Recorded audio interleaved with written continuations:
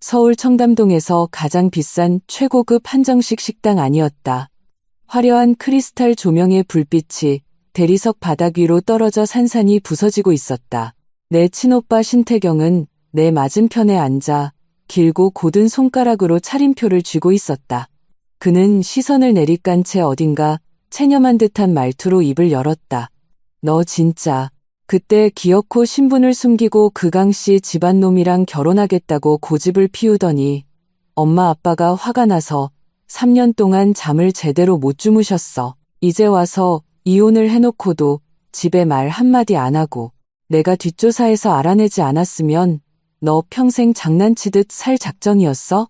나는 냅킨을 무릎에 반듯하게 펼치며 아무 대답도 하지 않았다. 이혼한 사실을 집에 알리지 않은 건 맞다.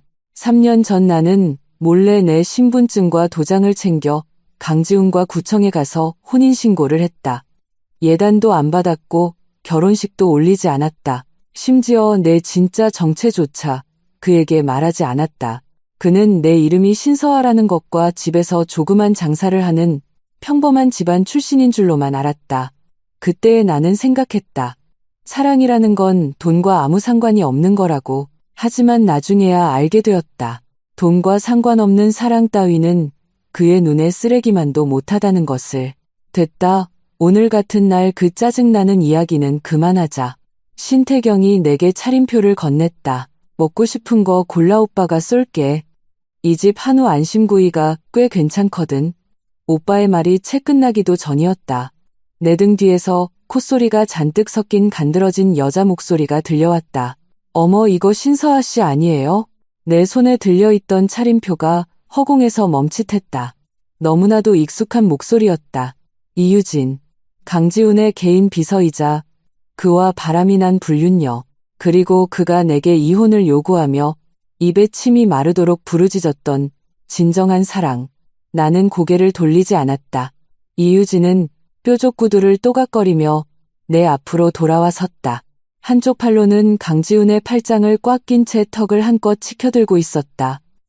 그녀의 시선이 위에서 아래로 나를 훑어내리더니 내 맞은편에 앉은 신태경을 향했다. 그녀가 비웃었다. 그 미소에는 숨기지 못한 득의 양양함이 가득했다. 내 그럴 줄 알았지. 이혼한 지 며칠이나 됐다고 벌써 새로운 물줄을 물었네. 이유진은 신태경의 위아래를 훑어보며 혀를 끌끌 찼다. 이 오빠 되게 돈 많아 보이는데? 그 정장 맞춤형이죠? 신서아 씨 능력 좋네. 예전에는 고상한 척 혼자 다 하더니 이혼하자마자 바로 높은 가지로 갈아타는 것 좀 봐. 그런데 내가 기분 나쁠 수도 있는 말 하나 해줄까요? 당신같이 이혼한 여자가 물어봤자 결국 고만고만한 이유진. 나는 차림표를 내려놓고 고개를 들었다. 과하게 공들여 화장한 그녀의 얼굴을 쳐다보며 오늘 날씨가 좋네요 라고 말하듯 평온한 말투로 입을 열었다. 당신이 나한테 그런 말을 짓거릴 자격이 엄청나게 있다고 생각하나 봐? 이유진은 내 시선에 무의식적으로 반걸음 뒤로 물러섰다. 하지만 이내 다시 가슴을 쫙 펴며 나섰다. 왜 전곡을 찔리니까 부끄러워서 화가 나. 지훈 씨 내 말이 맞죠? 그녀는 강지훈을 돌아보며 애교를 부리듯 그의 팔을 흔들었다. 하지만 강지훈은 그녀를 쳐다보지 않았다. 식당 문을 열고 들어선 그 순간부터 그의 시선은 오직 내 오빠 신태경에게 죽은 듯이 꽂혀 있었다. 한때 내 마음을 설레게 했던 그 얼굴에는 지금 핏기라고는 단 한 방울도 남아있지 않았다. 동공은 수축했고 입술은 미세하게 떨리고 있었으며 심지어 척추까지 뻣뻣하게 굳어 있었다.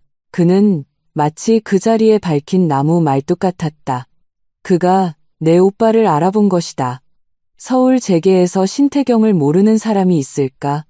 국내 굴지의 대기업 신화그룹의 총수, 30살의 나이에 수십조 원대 제국을 장악하고 손바닥 뒤집듯 재계를 쥐락펴락하는 남자. 강지훈의 회사는 신화그룹에 비하면 그들의 말단 계열사 발끝에도 미치지 못하는 수준이었다. 석 달 전 강지훈은 어떻게든 연주를 대어 협력건으로 신태경을 한 번만 만나게 해달라고 사정했지만 결국 문턱조차 넘지 못했다. 그런데 지금 그의 전처가 그가 평범한 집안 출신이라고 믿었던 신서아가 바로 그 신태경과 같은 테이블에 마주 앉아 있는 것이다. 지훈 씨, 이유진은 그가 아무 말이 없자 다시 한번 그의 팔을 흔들었다. 왜 그래요? 얼굴빛이 왜 이렇게 안 좋아요? 강지훈의 목을 대가 한번 크게 출렁였다. 입술이 달싹거리더니 거칠게 갈라진 목소리가 새어나왔다. 신신 회장님. 신태경은 그를 본 채만 채했다. 내 오빠는 느릿느릿 술잔을 들어 올리더니 한 모금 축이고는 냅킨을 들어 입가를 우아하게 닦아냈다. 그의 모든 동작은 여유로웠고 마치 잡지 화보를 찍는 것처럼 기품이 넘쳤다. 하지만 뼛속까지 스며나오는 그 특유의 압박감은 주변의 공기마저 무겁게 짓눌렀다. 그가 눈을 치켜뜨고 시선을 강지훈의 얼굴에 던졌다. 입꼬리가 살짝 말려 올라갔다. 그것은 웃음이 아니라 사냥꾼이 사냥감을 발견했을 때의 무심하고도 섬뜩한 탐색이었다. 강 대표, 신태경이 마침내 입을 열었다. 낮고 묵직한 음성에는 나른한 냉기가 서려 있었다. 내 여동생을 3년 동안이나 괴롭히니까 재미있었습니까? 그 한마디가 떨어지는 순간 식당 전체가 찬물을 끼얹은 듯 조용해졌다. 이유진의 얼굴에서 웃음기가 그대로 굳어버렸다. 두 눈은 튀어나올 듯 커졌고 입은 벌어졌다. 다치기를 반복했다. 마치 누군가에게 목을 졸린 닭 같았다. 여동생이요? 그녀의 목소리가 쇳소리로 변했다. 무슨 여동생이요? 이 여자 평범한 집안 출신 아니었어요? 평범한 집안이라. 신태경이 술잔을 내려놓으며 몸을 뒤로 기댔다. 한 손은 의자 등받이에 아무렇게나 걸치고 다른 한 손의 손가락 끝으로는 테이블을 가볍게 두드렸다. 강 대표. 그는 이유진은 쳐다보지도 않은 채 시종일관 강지훈에게만 시선을 고정했다. 당신은 신화그룹의 맏딸과 3년이나 결혼 생활을 해놓고 그 애의 성이 뭔지도 몰랐습니까? 강지훈의 얼굴은 완전히 백지장처럼 변했다. 단순히 놀란 백색이 아니었다. 그것은 뼛속 깊은 곳에서부터 배어나오는 공포였다. 그는 입술을 바들바들 떨며 무어라 말하려 했지만 목구멍에서는 짐승이 앓는 소리 같은 뭉개진 음절만 튀어나왔다. 신서아, 신화그룹, 서울의 그 거대한 신화그룹. 그가 꿈에서라도 어떻게든 줄을 대보고 싶어 안달났던 그 신화그룹. 그는 자기 손으로 그 집안의 외동딸을 아내로 맞이해놓고는 3년 동안이나 찬밥 취급을 했고 급기야 여비서 하나 때문에 이혼 서류 한 장을 던지며 그녀를 내쫓아버린 것이다. 회장님, 저는 몰랐습니다. 서아가 저한테 단 한 번도. 당연히 말 안 했겠지. 신태경의 말투는 마치 아주 하찮은 먼지를 털어내듯 담담했다. 내 동생이 워낙 바보 같아서 진짜 좋은 남자랑 결혼한 줄 알고 자기가 신분을 밝히면 당신이 거리감을 느낄까봐 두려워했거든. 그런데 결과가 어떻습니까? 당신이 그 애한테 준 게 뭐지? 정서적 학대, 외도, 아니면 너는 나한테 과분하다는 그따위 헛소리들. 나는 고개를 숙인 채 손가락으로 냅킨을 꽉 쥐었다. 그 일들은 이제 아무렇지 않다고 생각했는데 누군가 내면전에서 하나하나 들춰내자 여전히 가슴이 아릿해져 왔다. 신태경은 무언가를 눈치챈 듯 말끝을 거두고는 더 이상 말을 잇지 않았다. 그가 자리에서 일어섰다. 그 크고 다부진 체격이 우뚝 서자 강지훈보다 머리 하나는 더 커 보였다. 오늘 식사는 내가 내 동생한테 대접하는 자리라서. 두 분은. 그가 잠시 말을 멈추고 완전히 일그러져 버린 이유진의 얼굴을 무심히 쓸어내렸다. 왔던 곳으로 다시 꺼져주시죠. 그리고 강 대표 회사와 계산해야 할 빚은 조만간 우리 법무팀을 시켜서 제대로 정산해드리겠습니다. 회장님. 강지훈이 다급하게 앞으로 한 걸음 내디뎠다. 제가 설명해드리겠습니다. 그땐 오해가. 제가 몰라서. 당신이 모르는 일은 그것 말고도 아주 많지. 신태경은 더 이상 그를 쳐다보지 않고 다시 의자에 앉으며 은수저를 집어들었다. 그의 말투는 처음의 나른함을 되찾아 있었다. 서아야, 고기 식겠다. 처음부터 끝까지 그는 이유진을 정면으로 쳐다본 적이 단 한 번도 없었다. 어떤 사람들은 그의 시선 한 자락을 받을 자격조차 없는 것이다. 이유진은 그 자리에 서서 얼굴 표정이 득이양양하면서 경악으로 경악에서 공포로 마지막에는 형언할 수 없는 비참함으로 변해갔다. 그녀는 강지훈의 소매를 죽어라 부여잡고 있었고 손가락 관절은 하얗게 질려 있었다. 지훈 씨, 이 여자가 정말 신화그룹 첫째 딸이에요? 강지훈은 그녀에게 대답하지 않았다. 그는 그저 나를 뚫어지게 쳐다보고 있었다. 그의 두 눈 속에는 너무나도 복잡한 감정들이 소용돌이치고 있었다. 경악, 후회, 공포, 그리고 다시금 무언가를 되살려보려는 시도까지. 나는 그 눈빛의 의미를 읽어냈다. 그는 다시 되돌리고 싶은 것이다. 나를 되돌리고 싶은 게 아니라 신화그룹의 맞딸을 되돌리고 싶은 것이었다. 서아야, 그가 내 이름을 불렀다. 목소리는 잔뜩 쉬어 있었. 나는 고개를 들지 않은 채 딱 두 글자만 내뱉었다. 가세요. 은수저가 내려가며 정갈하게 놓인 요리를 집어들었다. 동작은 아주 안정적이었고 미세한 떨림조차 없었다. 등 뒤로 한참의 침묵이 흐르더니 이내 어수선한 발걸음 소리가 들려왔다. 점점 멀어지던 발걸음 소리는 결국 식당 문 밖으로 사라졌다. 신태경이 짧은 한숨을 내쉬더니 손을 뻗어내 정수리를 가볍게 쓰다듬었다. 울고 싶으면 울어. 안 울어. 나는 고개를 들었다. 눈시울은 건조했고 입꼬리를 당겨 억지로 호를 그렸다. 오빠, 이 집 한우구이 진짜 맛있네. 제2장 상간녀의 도발 식당 안의 조명은 여전히 밝아서 조금은 눈이 부셨다. 강지훈과 이유진이 떠난 후 나는 이 일이 여기서 끝날 줄 알았다. 내가 아는 강지훈이라면 그렇게 질척거리며 매달릴 성격이 아니었기 때문이다. 적어도 평범한 신서아에게는 말이다.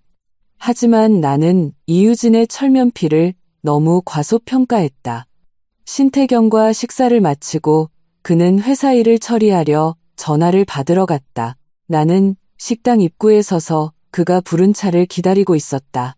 초가을의 서늘한 기운을 품은 밤바람이 불어와 나는 겉옷을 여미고 고개를 숙여 휴대폰을 내려다보았다. 구두 소리가 멀리서부터 가까워졌다. 고개를 들어보니 이유진 혼자서 다시 되돌아오고 있었다. 강지훈은 그녀 곁에 없었다. 그녀의 눈시울은 붉게 달아올라 있어 방금까지 운 사람 같았다. 하지만 얼굴에 떠오른 표정은 억울함이 아니었다. 그것은 원망, 뼛속 깊은 곳에서부터 스며 나와 상대방을 갈기갈기 찢어발기고 싶어하는 지독한 증오였다. 신서아, 그녀가 내 앞에 서서 나의 위아래를 한번 훑어보더니 갑자기 헛웃음을 터뜨렸다. 몸을 부들부들 떨며 웃어댔다. 당신 정말 깊숙이도 숨겼네.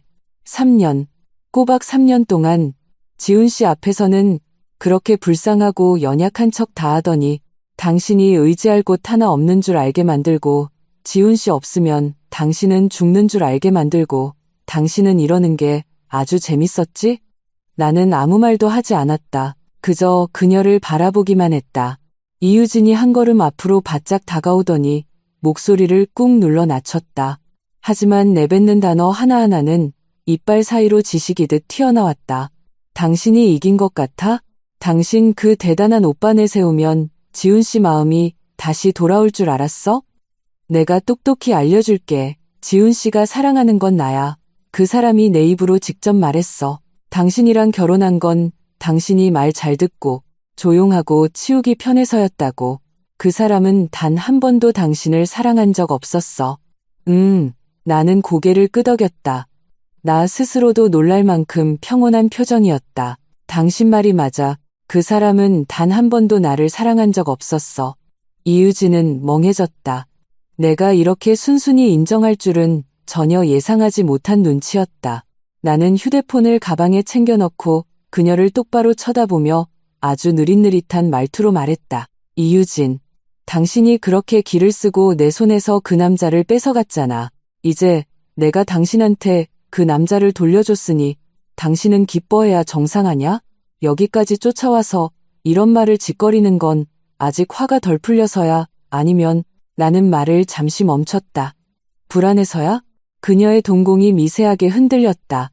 정곡을 찔린 것이다. 그녀는 불안했다. 왜냐하면 그녀도 아주 잘 알고 있었기 때문이다. 강지훈이 오늘 신태경을 보았을 때 지었던 그 표정은 죄책감이 아니었다. 공포도 아니었다. 그것은 후회였다. 막대한 이익이 걸려 있다는 걸 뒤늦게 깨닫고 밀려오는 지독한 후회. 그리고 이유진의 손에 쥔 유일한 카드는 강지훈의 사랑뿐이었다. 만약 그 사랑이 수십조 원의 자산 앞에서 흔들려 버린다면 어떻게 될까? 거기서 고상한 척 연기하지 마.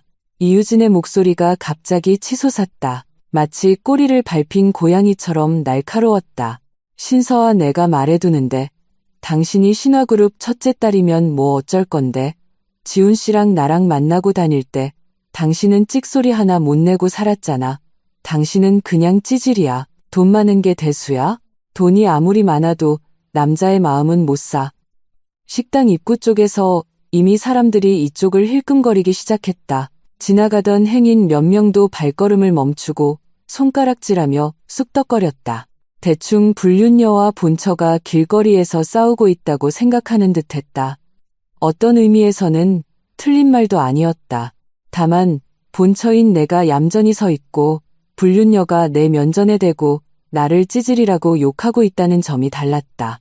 이 광경을 남들에게 말해줘도 아무도 안 믿을 것이다. 나는 깊은 숨을 들이마시고 막 입을 열려던 참이었다. 따뜻한 손바닥 하나가 내 어깨 위로 툭 내려앉았다. 차 왔다. 신태경이 언제 돌아왔는지 내 옆에 우뚝 서 있었다. 한 손은 내 어깨를 감싸고 다른 한 손에는 차 키를 쥐고 있었다. 그는 이유진은 쳐다보지도 않은 채 고개를 숙이고 내게 말했다. 가자. 집에 데려다 줄게. 오빠, 가자. 그의 말투는 단호하여 거절을 허락하지 않았다.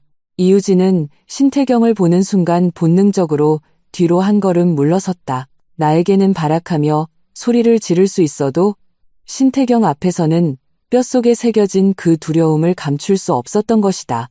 그도 그럴 것이. 이 남자는 오전에 말 한마디만 뱉으면 오후에는 그녀와 강지훈을 서울 바닥에서 흔적도 없이 쓸어버릴 수 있는 인물이었다. 하지만 그녀는 분을 사귀지 못했다. 이대로 꼬리를 내리고 도망치는 걸 견딜 수 없었다. 그래서 우리가 등을 돌리는 찰나의 뒷모습을 향해 소리쳤다. 신서아, 이 일이 이대로 끝날 거라고 착각하지 마. 내가 당신 사회적으로 매장해 버릴 방법은 얼마든지 있으니까 두고 봐. 신태경의 발걸음이 멈췄다. 그는 내 어깨에서 손을 떼고 천천히 몸을 돌렸다.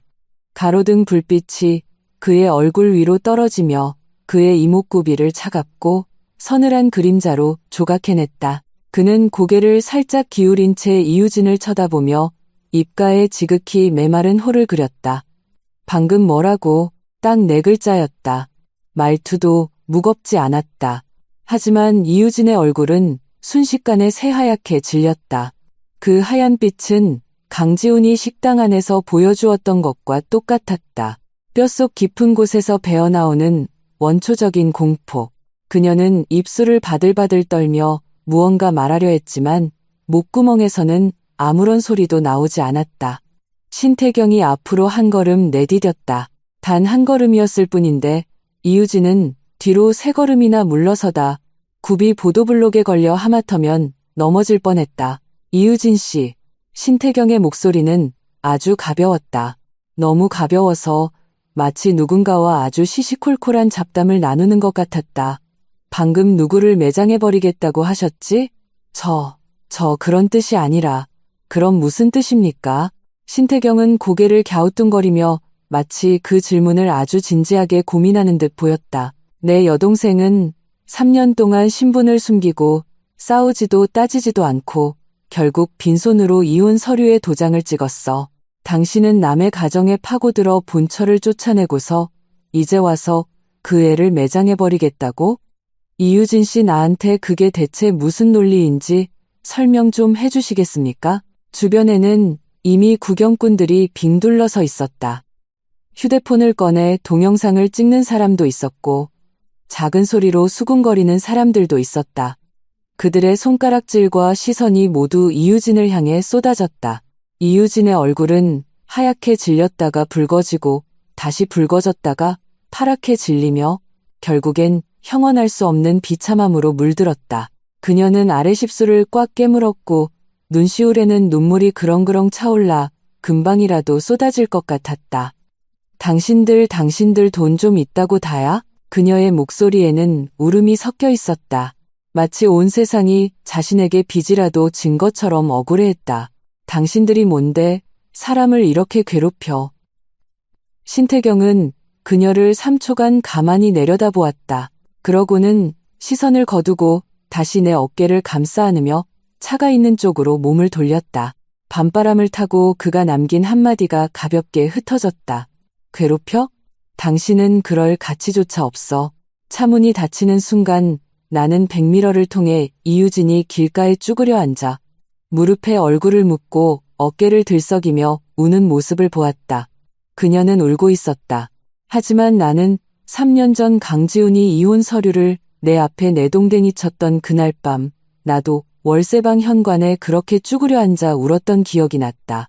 그때는 아무도 발걸음을 멈추고 내게 무슨 일이 있냐고 물어봐주지 않았다.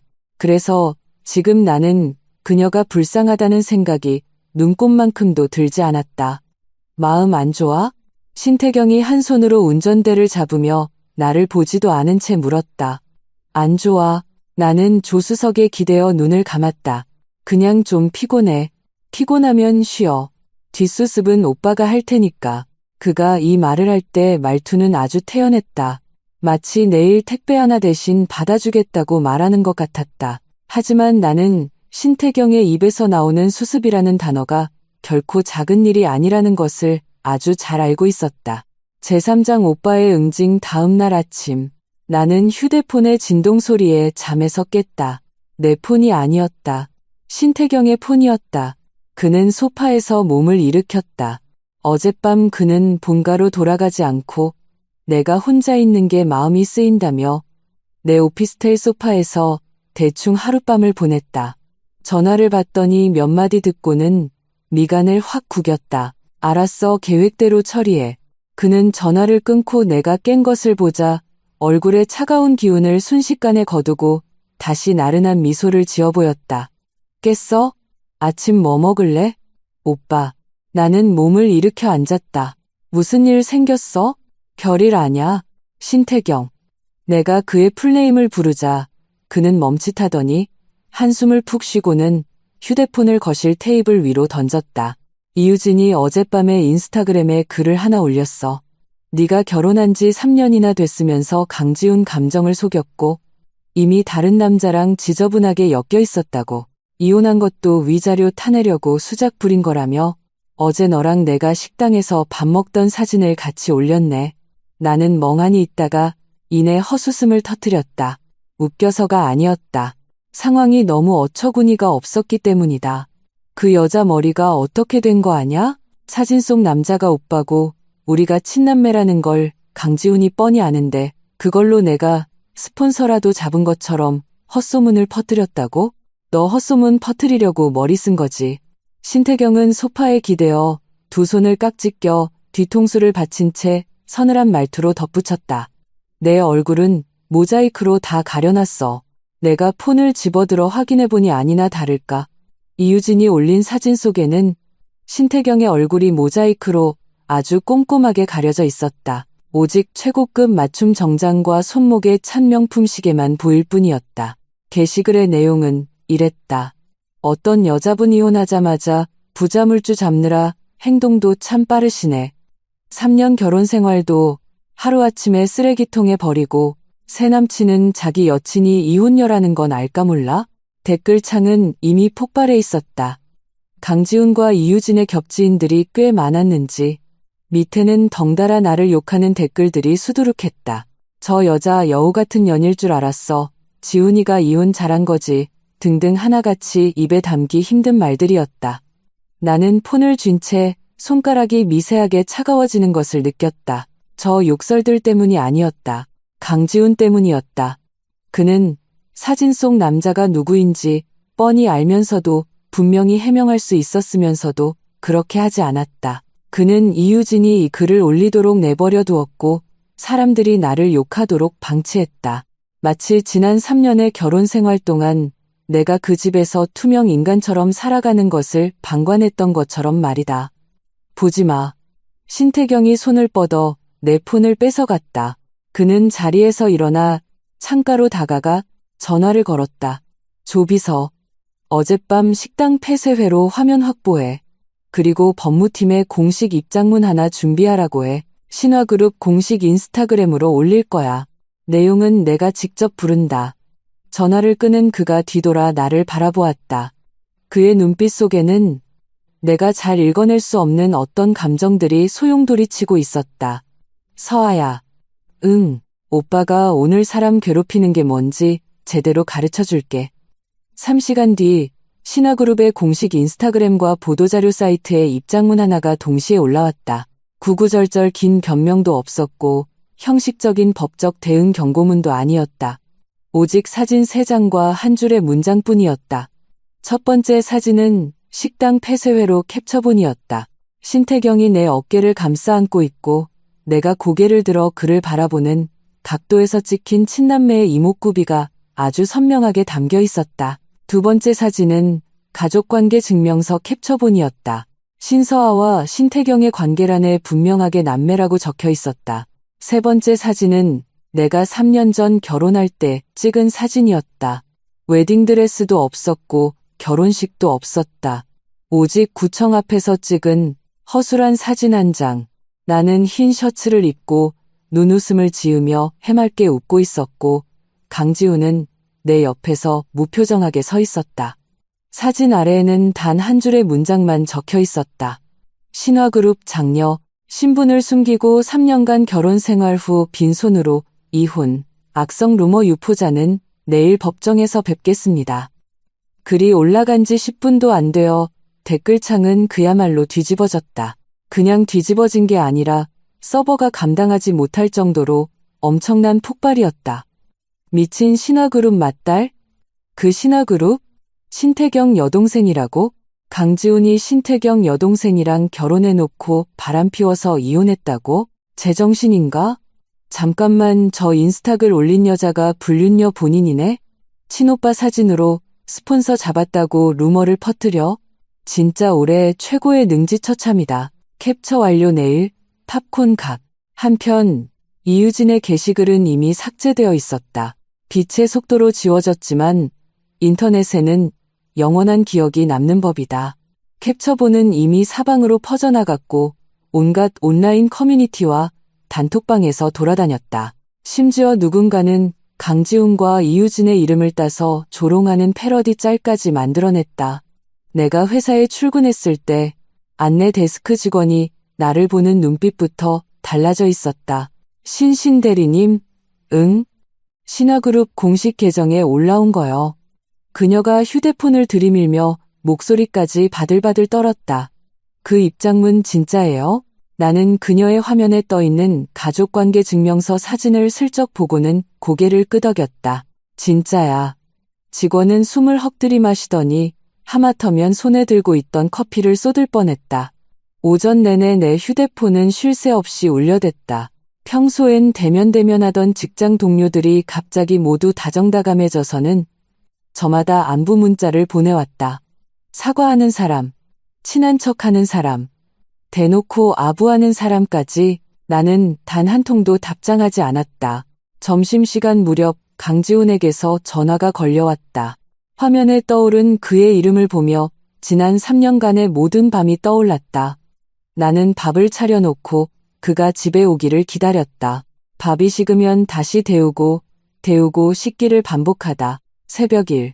이 시가 되어서야 그가 다른 여자의 향수 냄새를 묻히고 현관문을 열며 야근했다고 말하던 그 밤들. 나는 전화를 받았다. 서아야. 그의 목소리는 형편없이 다급했다.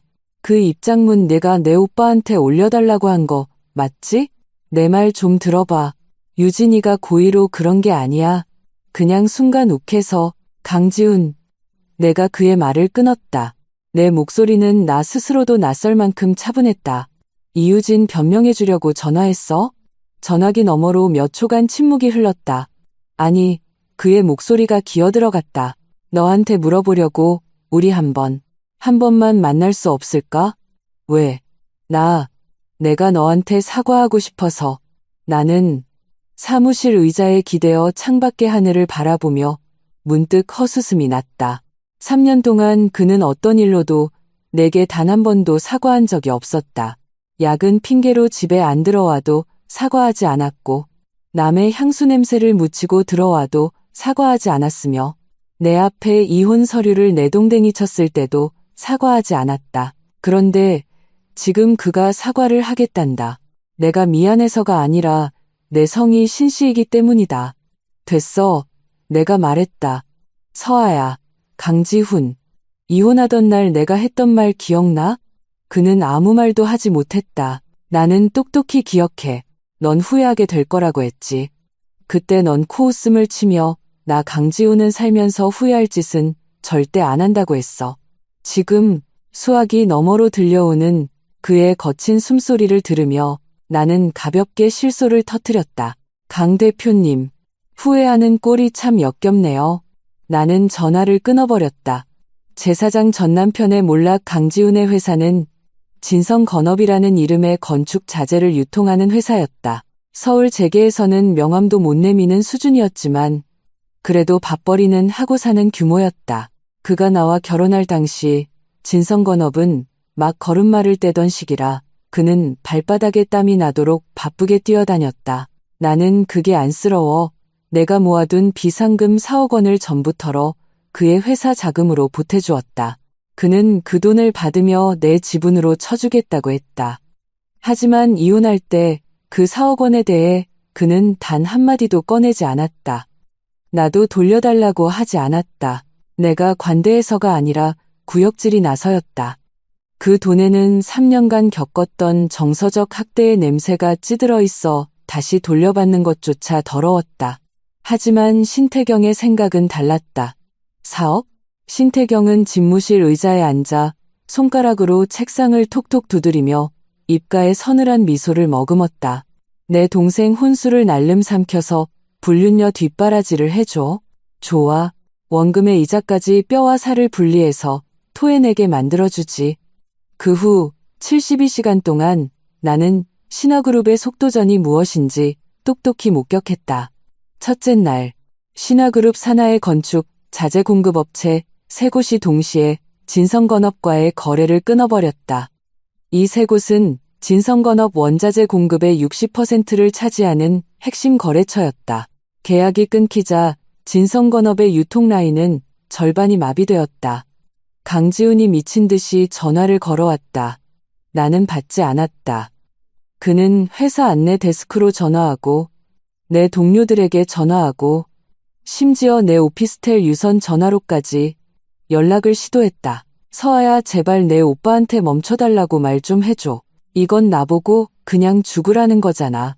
그의 목소리는 며칠 밤을 새운 사람처럼 쩍쩍 갈라져 있었고 내가 한 번도 들어본 적 없는 패닉 상태에 빠져 있었다. 나는 아무 대답 없이 전화를 끊어버렸다. 둘째 날, 신화그룹 법무팀이 진성건업의 내용 증명을 발송했다. 내용은 3년 전 투입된 4억 원의 자금 출처와 행방에 관한 것이었다. 차용증도 없었고 계약서도 없었으며 어떤 서면 증거도 남아있지 않았다. 하지만 그건 중요하지 않았다. 중요한 건 신화그룹 법무팀의 초엘리트 변호사만 17명이라는 사실이었고 진성건업의 자문 변호사는 동네 조그만 법률사무소에 이름만 걸어둔 변호사 한 명이라는 것이었다. 같은 날 오후 진성건업의 최대 고객사였던 한 대형 건설사가 일방적으로 계약 파기를 통보했다. 위약금은 계약서 명시대로 1원 한 푼 빠짐없이 물어주었지만 진성건업이 진행하려던 초대형 기획은 공중분해되었다. 그리고 그 대형 건설사의 대주주는 성이 신씨였다. 신태경이 아니라 내 작은아버지였다. 셋째 날이 되자 강지훈은 더 이상 전화하지 않았다. 그는 아예 신화그룹 사옥 1층 현관 밖으로 직접 찾아왔다. 우리 오빠의 집무실은 최고층에 있었고 통유리창 너머로는 서울 강남의 한복판이 한눈에 내려다 보였다. 그날 마침 서류의 결제를 받으러 오빠 방에 들렀다가 창가에 서서 아래를 내려다보던 중 나는 사옥 앞광장에 서 있는 익숙한 인형을 발견했다. 강지우는 잔뜩 구겨진 셔츠 차림이었다. 넥타이는 비뚤어져 있었고 머리는 며칠 안 감은 듯 떡져 있었다. 그는 눈이 시리도록 새빨간 장미꽃 한 다발을 손에 든 채 고개를 치켜들고 위층을 올려다보고 있었다. 9월의 햇살은 여전히 따가웠고 뙤약볕 아래 선 그의 이마에는 땀이 비오듯 쏟아졌다. 셔츠 등판은 땀으로 짙게 젖어 있었다. 그는 마치 바보처럼 그 자리에 꼼짝 않고 서 있었다. 전 남편분 1층에 와 계시네. 신태경이 내 옆으로 다가와 아래를 슬쩍 내려다보더니 오늘 날씨 참 좋네라는 투로 무심히 말했다. 1시간째 저러고 있다는데 그냥 세워도 보안팀에서 쫓아낼지 묻던데. 나는 잠시 생각하다가 고개를 저었다. 아니, 놔도 서 있고 싶을 때까지 서 있으라고 해. 신태경은 나를 한번 힐끗 보더니 더 이상 아무 말도 하지 않았다. 1시간 뒤 1층에는 구경꾼들이 빙 둘러서기 시작했다. 2시간 뒤 누군가 동영상을 찍어 온라인 커뮤니티에 올렸다. 제목은 진성건업 대표, 신화그룹 사옥 앞에서 무릎 꿇고 재결합 호소, 전처가 신화그룹 재벌녀라는 사실 밝혀져 파장. 3시간 뒤 이 영상의 조회수는 100만 뷰를 돌파했다. 댓글창은 조롱으로 도배되었다. 바람 피울 때는 무슨 배짱이었대? 지금 와서 비는 거 보소. 신화그룹 딸을 3년 동안 식모 취급하다니. 이제 와서 빌어도 버스 떠났지. 저 인간 들고 있는 장미꽃 마트에서 파는 거 아니야? 포장도 안 뜯은 거 봐라. 징글징글하네. 강지우는 뙤약볕 아래서 꼬박 4시간을 서 있었다. 장미 꽃잎은 태양열에 말라붙어 끝이 곱슬거리며 시들시들하게 고개를 숙이고 있었다. 딱 그놈 꼴과 같았다. 결국 이유진이 나타났다. 어디서 소식을 듣고 왔는지 10cm 굽의 구두를 신고 달려온 그녀는 강지훈의 손에 들린 장미꽃을 매몰차게 쳐서 떨어뜨리더니 앙칼진 목소리로 소리쳤다. 강지훈, 너 미쳤어? 여기서 뭐하는 미친 짓이야. 강지훈은 그녀를 무시하고 허리를 굽혀 바닥에 떨어진 장미를 주우려 했다. 이유진이 다시 확 낚아채더니 바닥에 패대기 치고는 구두굽으로 무참히 짓밟아버렸다. 시멘트 바닥에 뭉개진 꽃잎에서 거무튀튀한 붉은 즙이 배어나왔다. 마치 지저분한 핏자국 같았다. 정신 좀 차려. 그녀가 강지훈의 팔을 잡고 밖으로 끌어당겼다. 그 여잔 안 내려와. 당신 망신당하는 거 즐기고 있는 거라고. 그거 몰라? 강지훈이 그녀의 손을 거칠게 뿌리쳤다. 그 동작이 어찌나 컸던지 이유진은 크게 휘청거리며 하마터면 바닥에 나뒹굴 뻔했다. 휴대폰을 들고 촬영하던 구경꾼들 사이에서 야유가 터져나왔다.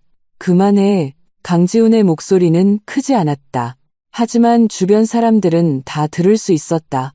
그의 눈은 핏발이 서 있었다. 이유진을 쳐다보는 그 눈빛 속에는 더 이상 애정도 미안함도 없었다. 오직 노골적인 혐오감만이 가득했다. 너만 아니었으면 내가 오늘 이 꼴이 났겠어? 이유진은 얼어붙었다. 입을 뻐끔거리고 입술이 파르르 떨리더니 순식간에 눈물이 왈칵 쏟아졌다. 강지훈, 너 지금 뭐라고 했어? 네가 먼저 걔랑은 아무 감정 없다고 했잖아. 네가 먼저 사랑하는 건 나라고 했잖아. 네가 먼저. 닥쳐. 강지훈이 포효했다. 사포에 갈린 듯 쇳소리가 나는 끔찍한 목소리였다. 당장 꺼져. 이 세 글자가 소름 끼치도록 선명했다. 주변은 잠시 정막이 흐르더니 이내 더 큰 소란이 일었다. 휘파람을 부는 사람, 박수를 치는 사람, 쓰레기 자업자득이다라고 소리치는 사람도 있었다. 이유진은 그 자리에 멈춰 서서 굵은 눈물을 뚝뚝 흘렸다. 정성껏 한 화장은 처참하게 번져내렸다. 그녀는 낯선 사람을 보듯 강지훈을 쳐다보더니 돌아서서 그 높은 구두를 신고 비틀거리며 도망치듯 사라졌다. 나는 처음부터 끝까지 최고층 집무실의 통유리창 앞에 서서 그 모든 광경을 지켜보고 있었다. 신태경이 내게 커피 한 잔을 건네며 창가에 기대어 나른하게 말했다. 내 비상금 4억. 오늘 그놈이 조금은 갚았네. 무슨 소리야? 저 장미꽃. 신태경이 커피를 한 모금 머금고 입꼬리를 살짝 올렸다. 마트에서 산 거. 포장도 안 뜯었어. 눈대중으로 봐도 15,000원은 안 넘어. 거기다 저놈이 뙤약볕 밑에서 4시간 서 있었던 거 인건비까지 쳐주면 대충 4억어치 값어치는 했네. 나는 멍하니 있다가 이내 웃음을 터뜨렸다.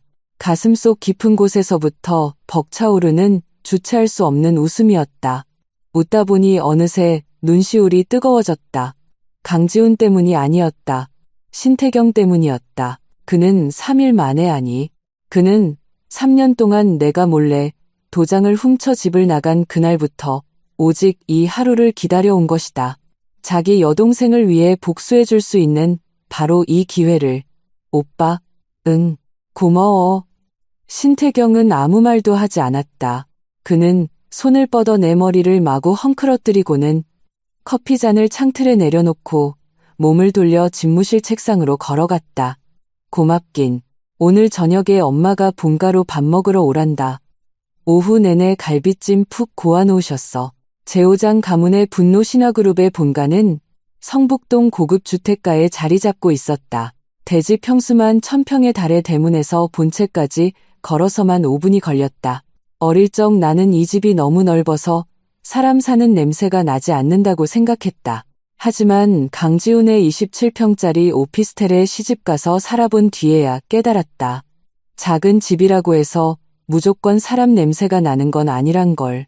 사람 사는 냄새라는 건 집의 크기와는 아무 상관이 없었다.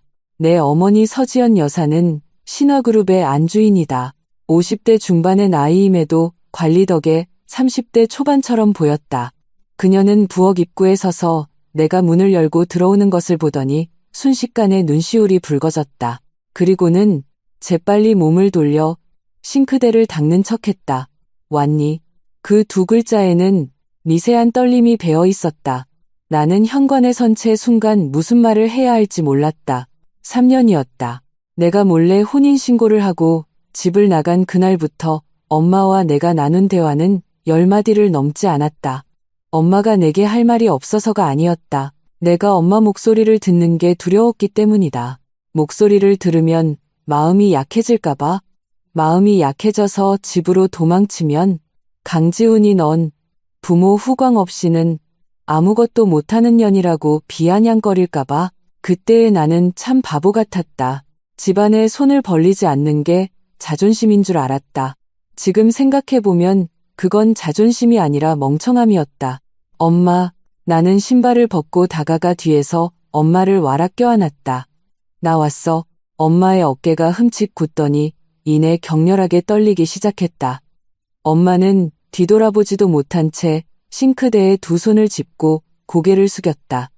대리석 상판 위로 굵은 눈물이 뚝뚝 떨어졌다.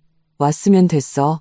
오면 된 거야. 아빠 신영환 회장님은 거실 소파에 앉아 자기가 들고 있는 신문이 거꾸로 되어 있는 줄도 모른 채 내가 들어오는 걸 보자 신문을 휙 내려놓고 헛기침을 하며 엄한 표정을 지었다. 이제야 올 줄 아는구나. 아빠, 아빠라고 부르지 마라. 너 아주 대단하지 않니? 3년 동안 집에 코빼기도 안 비치고 이혼도 말 한마디 없이 저지르고 내 눈에 이 집구석이 보이긴 해? 입으로는 호통을 치셨지만 아빠의 눈가도 붉어져 있었다. 신태경이 거실 문가에 삐딱하게 기대어 섰다. 팔짱을 낀 채 여유로운 목소리로 툭 던졌다. 적당히 하시죠. 아버지, 잔소리도 할 만큼 하셨잖아요. 아까부터 신문 거꾸로 들고 계신 지 10분이나 지났습니다. 신영환 회장이 고개를 숙여 신문을 보더니 늙은 얼굴이 확 붉어지며 탁자 위로 신문을 팍 내던졌다. 거꾸로 본 게 뭐 어때서? 내가 일부러 거꾸로 본 거다. 저녁 식탁에는 왕갈비탕, 우럭찜, 탕수육, 마늘 브로콜리 볶음 등 어릴 적 내가 가장 좋아했던 반찬들이 한가득 차려져 있었다. 엄마는 쉴 새 없이 내 밥그릇에 반찬을 얹어주었다. 산더미처럼 쌓여갔고 정작 본인은 한 입도 드시지 않았다. 많이 먹어. 어떻게 이 지경으로 뼈만 앙상하게 남았니? 엄마, 나 배불러서 더 못 먹어. 못 먹어도 먹어. 저 손목 좀 봐. 나뭇가지처럼 말라비틀어진 거. 신태경은 옆에서 느릿느릿 생선 가시를 발라내다 문득 한마디를 툭 내뱉었다. 엄마, 서아가 강씨 집안에서 3년 동안 아마 제대로 된 밥 한 끼 못 얻어먹었을 거예요. 식탁 위가 찬물을 끼얹은 듯 싸늘해졌다. 허공에서 멈춘 엄마의 젓가락. 일자로 굳게 다물어진 엄마의 입술. 신영환 회장이 밥그릇을 내려놓고 휴대폰을 집어들어 전화를 걸었다. 장 변호사, 진성건업 사건 말인데 법무팀에 항목 하나 더 추가해. 혼인기간 중 공동재산 은닉 혐의로. 금액은 4억 원이고 형사고발로 방향 틀어서 진행해. 전화를 끊은 아버지는 다시 밥그릇을 들고 갈비 한 점을 집어 내 밥그릇 위에 올려놓았다. 먹어. 단 2글자. 그 속에는 신화그룹을 이끌어온 수장의 수십 년 묵은 압도적인 권위가 묻어났다. 나는 강지훈이 이번엔 정말 끝장났다는 걸 직감했다. 상업적 포위망은 기껏해야 그를 파산시키는데 그치지만 4억 원에 대한 형사고발은 만약 정말로 부부 공동재산 은닉으로 인정될 경우 단순히 돈을 물어주는 것으로 끝나지 않을 것이다. 그 후의 일들은 내 예상보다 훨씬 더 빠르게 전개되었다. 넷째 날, 진성건업의 주주 3명이 연명으로 투자금 회수를 요구했다. 다섯째 날, 주거래은행이 리스크 평가 이상을 이유로 진성건업의 대출 한도를 동결시켜버렸다. 여섯째 날, 강지훈의 아버지 강만수가 직접 성북동 본가로 찾아왔다. 강만수는 60대 후반으로 은퇴 전 구청에서 과장으로 일했던 인물이다. 평생 가장 자랑스러워했던 일이 자기 아들이 회사를 차려 사장님이 된 것이었다. 내가 강지훈과 혼인신고를 하던 날, 그는 나를 쳐다보지도 않았다. 내가 평범한 집안 출신이라 자기 아들에게 과분하다며 무시했기 때문이다. 그런 그가 지금 신화그룹 본가대문 앞에 서서 홍삼 세트 2박스를 든 채 마치 똥 씹은 표정으로 서 있었다. 신 회장님, 신 사모님, 우리 지훈이 그 몹쓸 놈 대신 사죄드리러 왔습니다. 신영환 회장은 거실 상석에 앉아 찻잔을 든 채 아무 대답도 하지 않았다. 강만수는 들어오지도 나가지도 못한 채 이마에서는 식은땀이 비오듯 흘러내리고 있었다. 저기 서아가. 저희 집안에서는 늘 서아를 친딸처럼 생각하고 데리고 있었습니다. 이번 일은 지훈이가 미쳐서 그 이유진인지 뭔지 아는 여자한테 홀려서 그런 겁니다. 그 계집애는 이미 집에서 쫓아냈고요. 지훈이도 자기 잘못을 아주 깊이 뉘우치고 있습니다. 회장님 한 번만, 강 과장. 신영환 회장이 마침내 입을 열었다. 말투는 맹물처럼 담담했다. 방금 우리 서아를 친딸처럼 데리고 있었다고 했소? 네. 그럼요 100번 1000번 사실입니다. 그럼 하나만 물읍시다. 신영환 회장이 찻잔을 내려놓고 상체를 약간 앞으로 숙였다. 서아가 당신 내 집에 있던 3년 동안 아이는 볕도 안 드는 북향 작은 방을 썼고 겨울에는 춥고 여름에는 서양볕에 찜통 같았지. 당신 내 세 식구는 남양 안방이랑 남양방을 차지했고 이게 친딸처럼 데리고 있었던 거요? 강만수의 얼굴이 하얗게 질렸다. 그 애가 매일 퇴근해서 저녁을 차려놓으면 당신네 세 식구는 소파에 앉아 TV나 보며 밥상 차려지길 기다렸지. 설거지도 서화목, 걸레질도 서화목, 심지어 당신네 변기통 청소까지 그 애가 다 했소. 이게 친딸처럼 데리고 있었던 거요?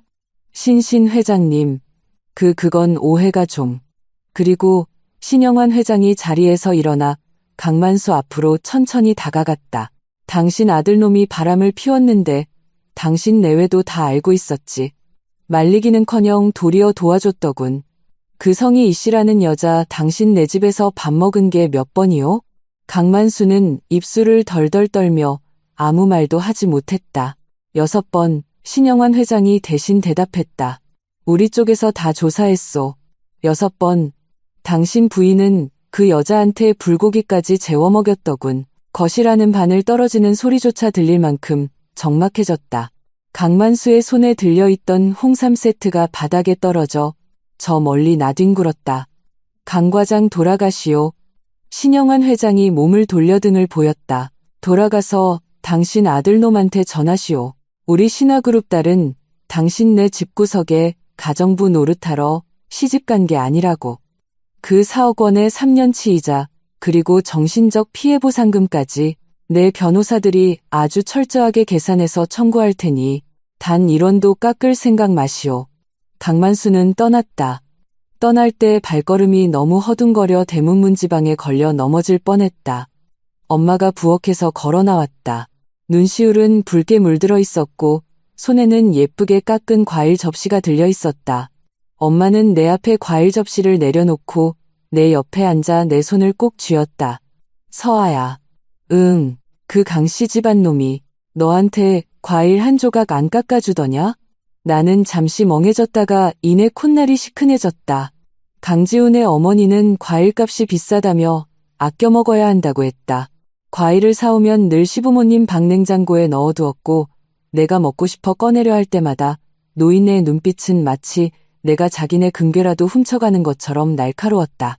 엄마는 더 이상 아무 말도 하지 않았다. 그저 과일 접시를 내 쪽으로 쓱 밀어주었다. 그 접시에는 사과, 오렌지, 키위, 딸기까지 아주 정갈하게 꽉 채워져 있었다. 나는 포크를 들어 사과 한 조각을 입에 넣었다. 아주 달았다. 너무 달아서 눈물이 툭 떨어졌다. 제육장 비참한 구걸 일주일째 되던 날, 강지훈은 더 이상 신화사옥 앞에 나타나지 않았고 전화도 걸려오지 않았다. 나는 그가 드디어 포기했거나 아니면 현실 파악을 제대로 했다고 생각했다. 하지만 나는 궁지에 몰린 남자의 미련을 너무 과소평가하고 있었다. 그날 저녁 나는 야근을 마치고 7시가 넘어서야 회사를 나섰다. 밖은 이미 어두컴컴했다. 초가을의 밤은 제법 쌀쌀했다. 나는 겉옷을 여미며 지하철역을 향해 걸어갔다. 이혼 후 나는 차를 팔아버렸다. 그 차는 강지훈이 내 명의로 사준 것이었지만 그와 관련된 그 어떤 물건도 남겨두고 싶지 않았다. 역으로 가는 길목 중간쯤이었을까? 등 뒤에서 발걸음 소리가 들렸다. 평범하게 걷는 소리가 아니라 다급하게 무언가를 쫓아오는 듯한 발걸음이었다.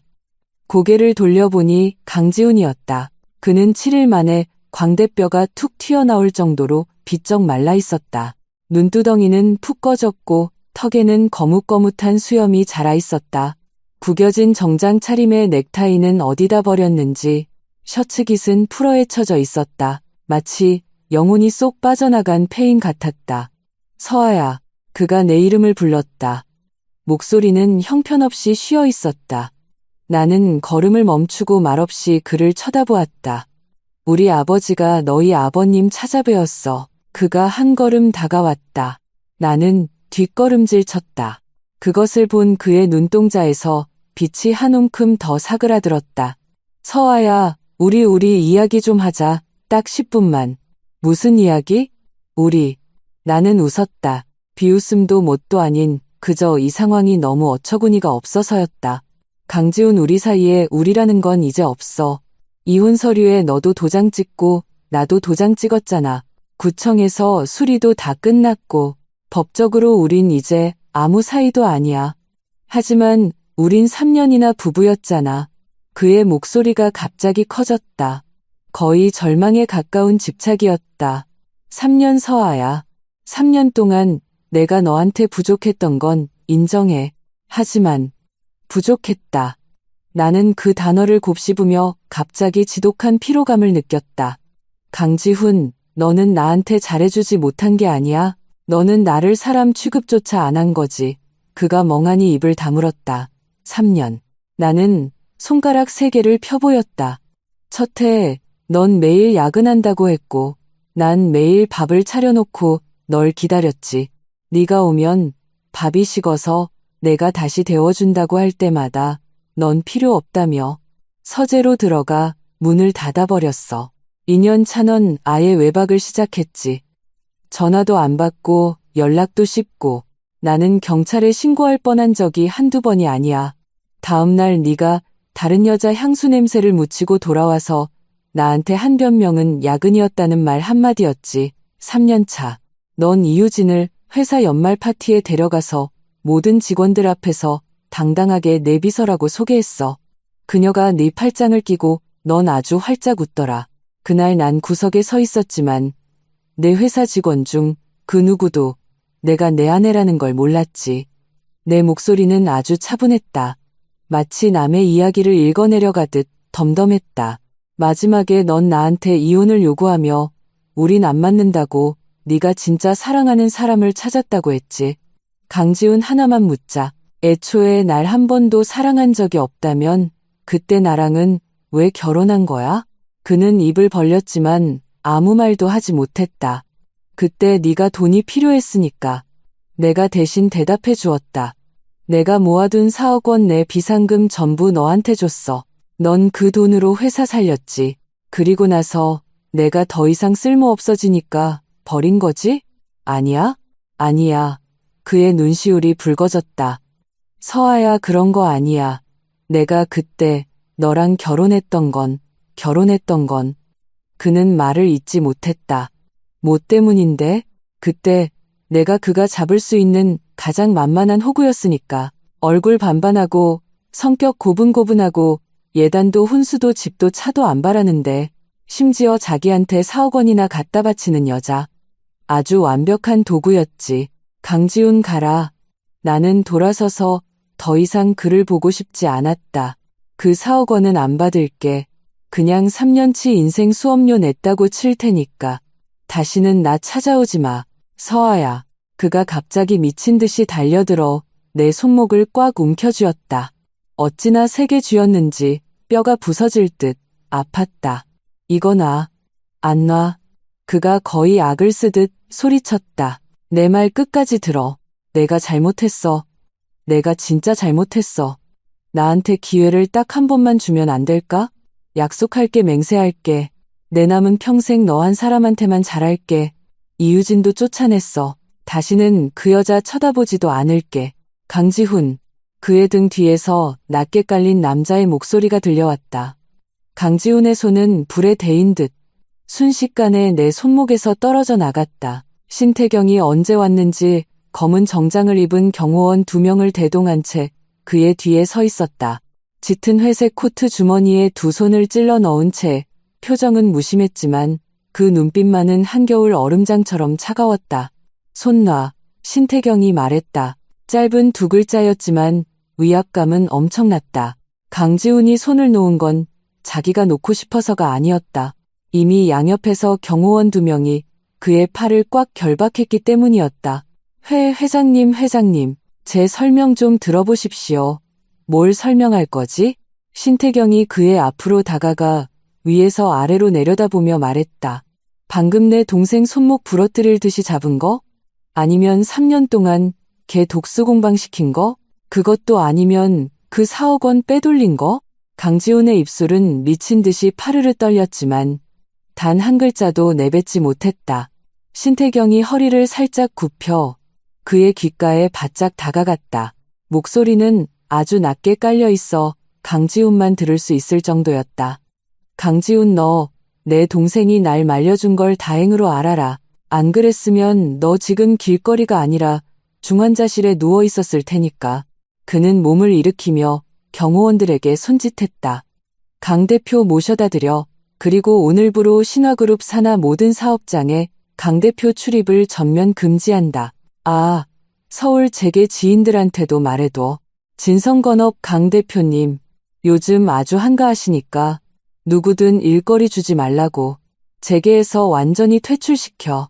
회장님, 강지훈이 경호원들에게 질질 끌려가며 미친 듯이 발버둥 쳤다. 목소리는 쇳소리가 나도록 갈라져 있었다. 이러시면 안 됩니다. 이건 상도덕도 핏줄도 없는 짓 아닙니까? 서아야, 우리가 3년이나 부부였던 정을 봐서라도 제발. 나는 돌아서서 경호원들에게 질질 끌려가는 그의 뒷모습을 바라보았다. 강지훈.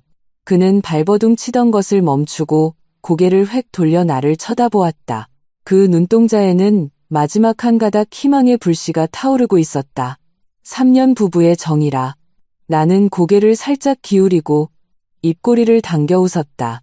네가 이유진이랑 바람 피울 때 단 한 번이라도 그 부부의 정이라는 걸 떠올려 본 적은 있고? 그의 얼굴에 남아있던 일말의 희망이 산산조각 났다. 아주 처참하게 부서졌다. 경호원들이 그를 차 안으로 쑤셔 넣었고 문이 닫히며 차량은 밤의 어둠 속으로 미끄러지듯 사라졌다. 신태경이 다가와 내 손목을 들어 살폈다. 미간이 깊게 패였다. 강지훈이 방금 꽉 쥐었던 자리에 붉은 자국이 선명했다. 아파? 안 아파. 그는 몇 초간 침묵하더니 자신이 입고 있던 코트를 벗어 내 어깨에 걸쳐 주었다. 그리고 내 어깨를 감싸 안으며 걸음을 옮겼다. 앞으로 혼자 밤길 걷지 마. 오빠 나 27이야. 네가 72를 먹어도 넌 내 동생이야. 그의 말투는 한치의 양보도 없었다. 차에 타. 엄마가 갈비찜 또 해놓으셨어. 제7장 불륜녀의 바락나는 강지훈이 쫓겨난 후 이 사건이 대충 마무리될 줄 알았다. 하지만 이유진의 생각은 달랐다. 강지훈에게 대중 앞에서 뺨을 맞듯 차인 그녀는 한 3, 4일 정도 조용했다. SNS 게시물은 싹 지워졌고 다른 계정들도 모두 폐쇄되었다. 평소 즐겨 올리던 사진 한 장조차 올라오지 않았다. 신태경이 붙여둔 사람들이 그녀의 동향을 감시하고 있었는데 이유진은 며칠째 월세방 밖으로 한 발짝도 나오지 않는다고 했다. 우리 오빠는 이런 인간 부류가 제일 위험하다고 했다. 많은 사람들 앞에서 모욕을 당하고도 조용히 있다는 건 해탈해서가 아니라 더 큰 엿을 먹이려고 독을 품고 있는 거라며 그의 말은 정확히 적중했다. 열흘째 되던 날 나는 모르는 번호로 전화를 한 통 받았다. 신서아 내가 내 인생 망쳤어. 이유진의 목소리는 갈라지고 가라앉아 있었지만 신경질적인 차분함이 서려 있었다. 마치 폭풍우가 몰아치기 직전에 숨막히는 고요함 같았다. 이유진 씨, 당신 인생을 망친 건 당신 자신이에요. 입 닥쳐. 그녀가 갑자기 발작하듯 소리를 빽 질렀다. 귀청이 찢어질 듯 날카로웠다. 거기서 착한 척 위선 떨지 마. 네가 뭐라도 되는 줄 알아? 너 그저 운 좋게 금수저 물고 태어난 거 말고 돈 많은 부모 만난 거 말고 네가 잘난 게 뭔데? 나는 휴대폰을 쥔 채 묵묵부답이었다. 내가 똑똑히 알려줄게. 신서아. 나 이대로 안 죽어. 당신 그 고상한 평판 그렇게 중요해? 신화그룹 첫째 딸이라는 타이틀이 그렇게 대단해? 좋아. 그럼 내가 온 세상 사람들한테 다 까발려줄게. 신화그룹 맏딸의 실체가 얼마나 쓰레기 같은지. 전화가 뚝 끊겼다. 그날 밤 직장인 익명 게시판에 폭로글 하나가 올라왔다. 제목부터가 길고 자극적인 막장 드라마 같았다. 충격 신화그룹 재벌녀 3년, 비밀 결혼에 소름 돋는 실체 불륜, 가정폭력, 이혼의 진짜 이유. 게시글의 내용은 그야말로 한편의 완벽한 창작 소설이었다. 내가 강지훈과 결혼한 후에도 가정에 충실하지 않고 밤마다 술에 취해 외박을 일삼았으며 씀씀이가 해퍼서 강지훈의 회사를 현금 인출기처럼 빼먹었다고 쓰여 있었다.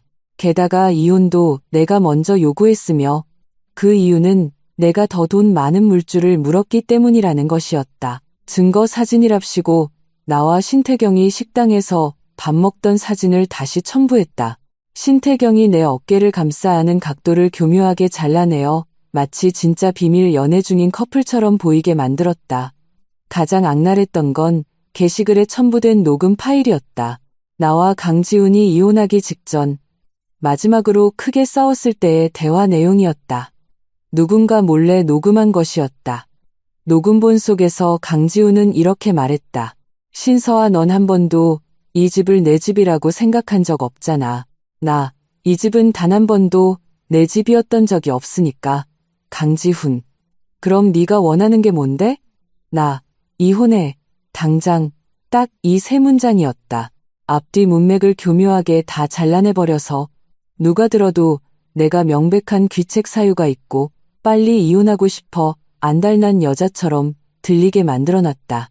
게시글이 올라온 지 이 시간도 채 되지 않아 조회수는 10만을 넘어섰고 댓글창은 순식간에 아수라장이 되었다. 와, 신화그룹 딸 인성실화냐? 진짜 역겹네. 돈 많으면 다야? 집안 뒷배 믿고 애먼 사람 잡았네. 강지훈 불쌍하다. 웬 상전 하나 모셔와서 고생만 했네. 저 어깨동무한 남자 누구냐? 쇠물주 갈아타는 속도 보소. 나는 그 댓글들을 보며 손가락이 미세하게 떨렸다. 억울해서가 아니었다. 분노 때문이었다. 저 녹음 파일은 강지훈이 직접 몰래 녹음한 것이었다. 우리가 마지막으로 싸우던 날 그가 휴대폰 화면이 바닥으로 향하게 엎어두었던 게 떠올랐다. 그때는 그저 아무 생각 없이 폰을 내려놓은 줄 알았는데 이제 보니 그는 그때부터, 아니 어쩌면 더 오래전부터 자기 빠져나갈 구멍을 파놓고 있었던 것이다. 처음부터 단 한 번도 나를 아내로 대하지 않았던 것이다.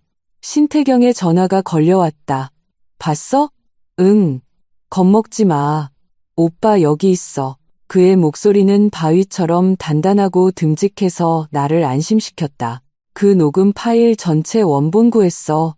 강지훈이 자기 폰에 고스란히 저장해둔 거. 내가 애들 시켜서 이미 빼왔다. 나는 멍해졌다. 오빠가 그걸 어떻게 빼왔어? 신태경은 1초 정도 침묵하더니 말했다. 합법적인 수단이지 뭐. 뭐 약간 불법이 가미되긴 했지만 그건 중요하지 않아. 그의 목소리가 돌연 가벼워졌다. 중요한 건 그 원본 녹음 파일에 강지훈이 자기 입으로 불륜을 실토하는 내용이 고스란히 담겨 있다는 거지.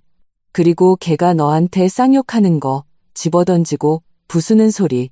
네가 왜 집에 안 들어오냐고 물었을 때 걔가 네가 무슨 상관인데 라고 소리치는 것까지 전부다.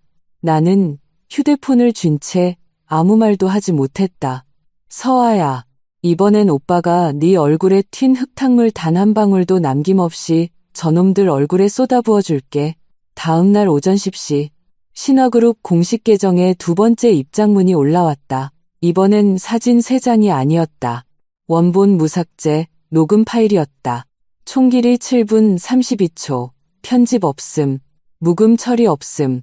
처음부터 끝까지 단 1초도 자르지 않은 원본 녹음 속 강지훈의 목소리. 내가 어디 가든 네가 무슨 상관이야? 네가 참견할 자격이나 있어? 내 목소리. 나 당신 아내잖아.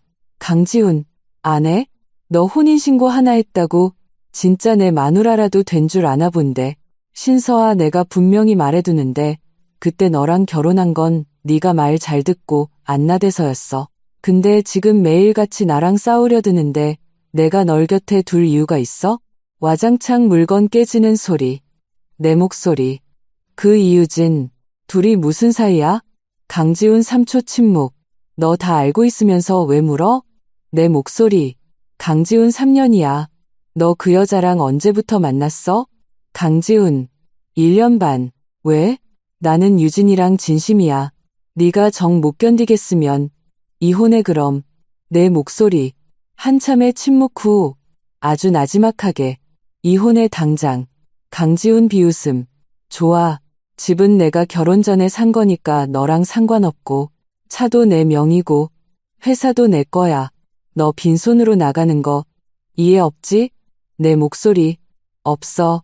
녹음은 여기까지였다. 공식 계정에는 딱 한 줄의 코멘트가 달렸다. 신화그룹 맏딸 3년 비밀 결혼 후 빈손으로 이혼. 녹음 원본 증거 확보. 루머 유포자는 법정에서 뵙겠습니다. 이번엔 댓글창이 단순히 뒤집어진 게 아니라 핵폭탄이 터졌다. 미친. 어제 그 글에 올라온 건 짜깁기 주작이었네? 강지훈 너 사람이냐? 1년 반 바람 피워놓고 당당한 거 보소. 이유진 저 여자가 그 불륜녀 본인이잖아. 어디서 저런 철면피가 다 있어 뻔뻔하게 본처 저격 글을 써. 어제 신서아 욕했던 내 손가락 자르고 싶다. 진짜 죄송합니다. 내 눈이 삐었네. 근데 잠깐만 어깨동무하고 있던 저 남자 진짜 대체 누구야? 네티즌 수사대 빨리 좀 등판해봐. 10분 뒤 신태경이 자신의 개인 계정으로 신화그룹 공식 입장문을 공유했다. 그리고 글을 남겼다. 나 걔 친오빠다. 첨부된 사진은 가족 사진이었다. 신영환 회장과 서지연 여사가 가운데 앉아있고 신태경은 왼쪽, 나는 오른쪽에 서 있었다. 사진 속의 나는 대략 12세 살쯤 양갈래로 머리를 닦고 천진난만하게 웃고 있었다. 커뮤니티는 또다시 지진이 일어났다. 와, 저새 스폰서라던 남자가 신태경 본인이었어? 이유진 넌 친오빠 사진 가져다 놓고 불건전 교제 헛소문을 퍼뜨리냐? 머리가 텅텅 빈 수준이 아니라 뇌가 없네. 올해 최고의 레전드 반전. 아니지, 이건 반전 수준이 아니라 갱판을 갈아엎어버린 거지. 이유진 어딨어? 빨리 튀어나와서 사과 안 하냐? 이유진은 나타나지 않았다. 그녀의 모든 계정은 폐쇄되었고 휴대폰은 없는 번호가 되었다. 월세방도 뺐다. 신태경의 수아들이 행방을 수소문했지만 이미 서울을 뜬 상태였다. 들리는 소문에 의하면 고향으로 도망쳤다고도 하고 시골 친척 집에 숨어 있다고도 했다. 가족들이 사건의 전말을 알고 그녀를 호적에서 파버리겠다며 쌍욕을 퍼부었다는 소문도 돌았다. 모두 떠도는 소문일 뿐이었다. 나는 더 이상 그녀의 행적을 캐묻지 않았다.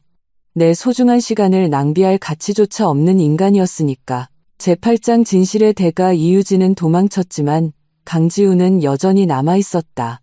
그는 어디서 알아냈는지 내 새 전화번호를 알아내어 새벽 3시에 장문의 문자를 보내왔다. 너무 길어서 내 폰이 3번에 걸쳐 끊어받아야 할 정도였다. 나는 읽지도 않고 지워버렸다. 그는 다시 보냈고 나는 다시 지웠다. 결국 그가 다시 보내자 나는 번호를 차단해버렸다. 그러자 그는 손편지를 쓰기 시작했다. 옛날식 편지지에 빼곡히 적은 편지를 사각형으로 접어 내 회사 1층 우편함에 쑤셔 넣고 갔다. 1층 보안요원이 그 편지를 들고 올라왔을 때 그의 표정은 아주 미묘했다. 신 대리님 저기 그 강 선생님이란 분이 또 왔습니다. 위로는 안 올라오고 1층 우편함에 편지만 우겨넣고 갔어요. 나는 편지를 건네받고 봉투를 뜯지도 않은 채 곧바로 파쇄기에 쳐넣었다. 보안요원은 무언가 말하려다 입을 뻐끔거리더니 결국 아무 말도 하지 않고 내려갔다. 3번째 편지가 도착했을 때 나는 버리지 않았다. 마음이 약해져서가 아니라 봉투 안에서 사진 한 장이 툭 떨어졌기 때문이다. 나와 강지훈이 구청에서 찍었던 혼인신고 기념사진이었다. 반으로 처참하게 찢겨 나갔던 사진을 그는 투명 테이프로 덕지덕지 이어 붙여놓았다. 사진 뒷면에는 볼펜으로 꾹꾹 눌러 쓴 글귀가 적혀 있었다. 제발 한 번만 만나줘. 나는 그 사진을 3초간 무심히 내려다보았다. 그리고 사진과 편지를 통째로 파쇄기에 쑤셔 넣었다. 그러고는 신태경에게 문자를 보냈다. 오빠, 요즘 강지훈이 아주 한가한가 봐. 신태경의 답장은 빛의 속도로 왔다. 접수. 내일부터 아주 바쁘게 만들어주지. 다음 날, 진성건업의 국세청 특별 세무조사 통보서가 날아들었다. 명목상으로는 무작위 표본조사라고 했지만 신화그룹에 찍힌 회사가 무작위로 걸릴 리 없다는 건 재계의 기정사실이었다. 강지훈은 더 이상 편지를 배달하러 오지 못했다. 하지만 사건은 아직 끝나지 않았다.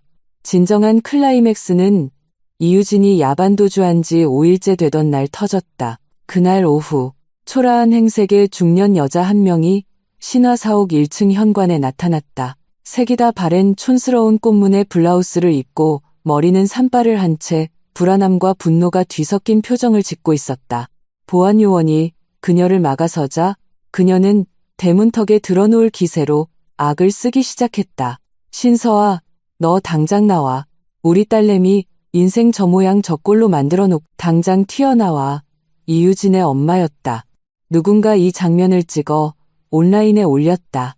영상 속에서 이유진의 엄마는 바닥에 주저앉아 콧물 눈물을 쏙 빼며 통곡하고 있었다.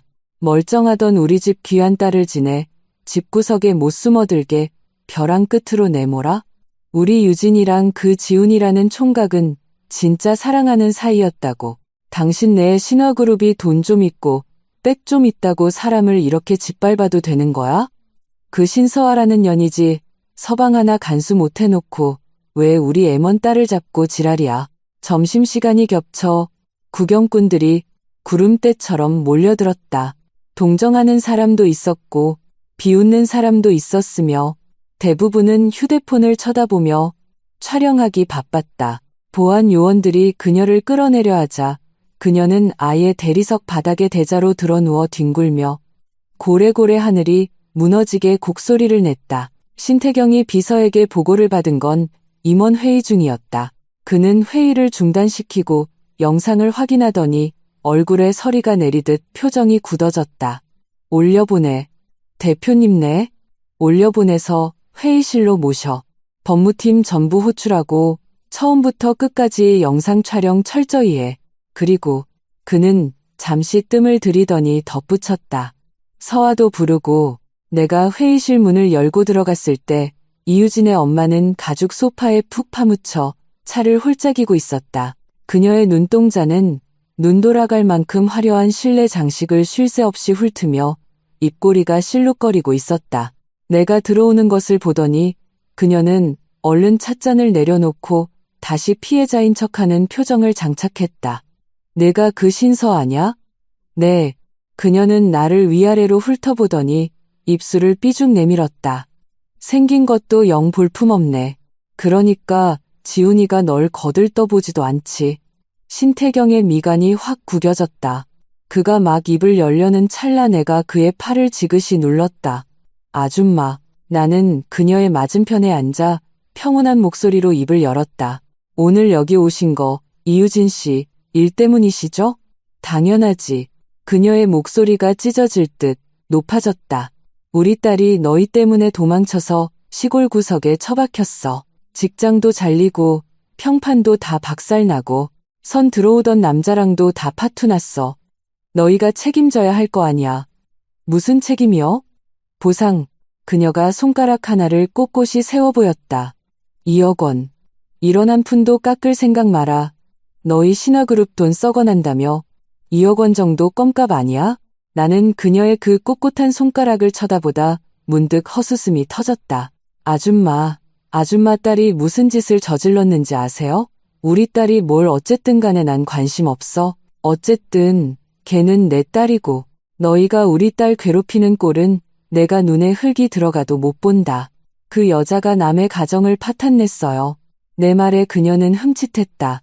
강지훈이 유부남인 거 뻔히 알면서도 1년 반 동안이나 불륜을 저질렀다고요. 강지훈이 나랑 이혼하게 부추기고 지가 그 자리 꿰차려고 했어요. 나랑 강지훈이 사는 신혼집에 기어들어와서 밥도 처먹었고 내 소파에 앉았고 내 밥그릇과 수저를 썼어요. 이 모든 사실 아줌마도 다 아시나요? 이유진 엄마의 안색이 확 변했다. 하지만 금세 다시 그 뻔뻔한 기세를 되찾았다. 그래서 뭐 어쩌라고. 남녀 관계라는 게 다 그런 거 아니야? 지훈이가 맘에 드는 건 우리 유진이인데 네가 빈 껍데기만 붙들고 그 자리에 앉아있으면 무슨 소용이야? 나는 고개를 끄덕였다. 아, 그러니까 아줌마 말씀은 남자가 맘에 들어 하기만 하면 상간녀 짓도 다 정당하다는 논리네요? 어디서 말장난이야? 어쨌든 오늘 내 손에 2억 원 안 쥐어주면 나 이 자리에서 한 발짝도 안 나갈 줄 알아. 신태경이 갑자기 자리에서 일어났다. 그는 아줌마를 쳐다보지도 않은 채 벽 쪽으로 걸어가 리모컨 버튼을 꾹 눌렀다. 회의실 전면에 대형 화면이 켜지며 파일 탐색기 화면이 떴다. 이 여사님, 안 나가시기로 결정하시기 전에 이것부터 먼저 보시는 걸 추천해드립니다. 그가 폴더 하나를 클릭했다. 화면 위로 수십 장의 사진이 차례대로 넘어갔다. 이유진과 강지훈의 미래 사진들이었다. 식당, 호텔 침대, 차 안. 모든 사진 밑에는 날짜와 시간이 명확히 찍혀 있었다. 가장 오래된 사진의 날짜는 1년 반 전이었다. 그때는 내가 강지훈과 결혼한 지 겨우 1년 반이 지난 시점이었다. 이 사진들 전부 강지훈 휴대폰에 있던 겁니다. 신태경의 목소리에는 감정이 1g도 실려있지 않았다. 강지훈이 불륜 기간 내내 틈틈이 찍어둔 거죠. 이유진도 사진 찍히는 걸 다 알았고 심지어 아주 적극적으로 자세도 취했더군요. 이 사진들은 법적으로 완벽한 불륜 증거 자료입니다. 이유진 엄마의 얼굴에서 핏기가 싹 가시기 시작했다. 신태경이 두 번째 폴더를 열었다. 대화방 캡처 화면이었다. 이유진과 그녀의 절친이 나눈 대화 내용이었다. 오늘 지훈 씨 집에 갔어. 본처가 한밥 진짜 썩은 맛나더라. 절친 너 걔네 집에 갔어? 본처는 집에 없었고? 있었지. 밥 차려놓고 방에 콕 박혀있더라. 지훈 씨가 나오지 말라고 했거든. 개웃김. 자기 집인데 파출부 취급받고 살아. 절친이야. 좀 심한 거 아니야? 심하긴 뭐가 심해지. 남편 하나 못 지키는 년이 바보지? 이유진 엄마의 손이 덜덜 떨리기 시작했다. 신태경이 세 번째 파일을 재생했다. 음성 파일이었다. 이유진의 콧소리 가득한 목소리가 울려 퍼졌다. 지훈 씨, 언제 그년이랑 도장 찍을 거야? 강지훈 목소리. 조금만 더 기다려줘. 걔 비상금 4억 원이 아직 내 회사 자금으로 묶여 있잖아. 그 돈 내 주머니로 완벽하게 빼돌릴 때까지만. 4억. 걔 은근 돈 많네. 그 돈 자기 혼수라던데. 완전 호구 등신이지. 그러니까 빨리 좀 해.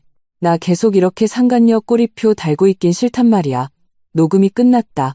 회의실 안에는 이유진 엄마의 거칠고 떨리는 숨소리만 맴돌았다.